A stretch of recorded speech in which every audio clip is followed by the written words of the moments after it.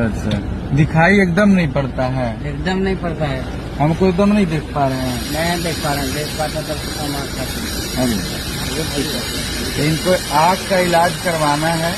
Photo video इनका ले लिए हैं। इनके पास फोन भी नहीं है तत्काल में, लेकिन हम अपना नंबर दे दिए हैं और मेरे नंबर पे ही फोन करेंगे और हम इधर से बात करके और जल्दी ही देखते हैं, अगर बनने लायक होगा आँख तो जरूर बनवा देंगे। कैसे मतलब स्टेशन से यहाँ तक आए, घर तक हमारे स्टेशन से पटना स्टेशन आए।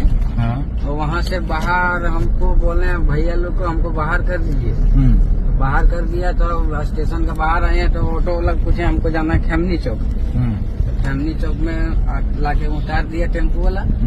उसके बाद हम यहाँ पूछने लगे देवनगर कॉलोनी किधर है, गुंजन भैया घर जाना है।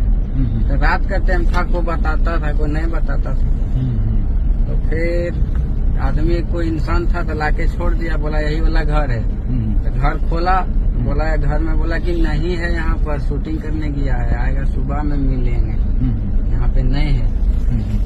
तो हम फिर इधरे सो गए हम खाना वाना खा के। अच्छा, तब सुबह हुआ तब फिर आपका घर में आके बैठ गए। बना लिया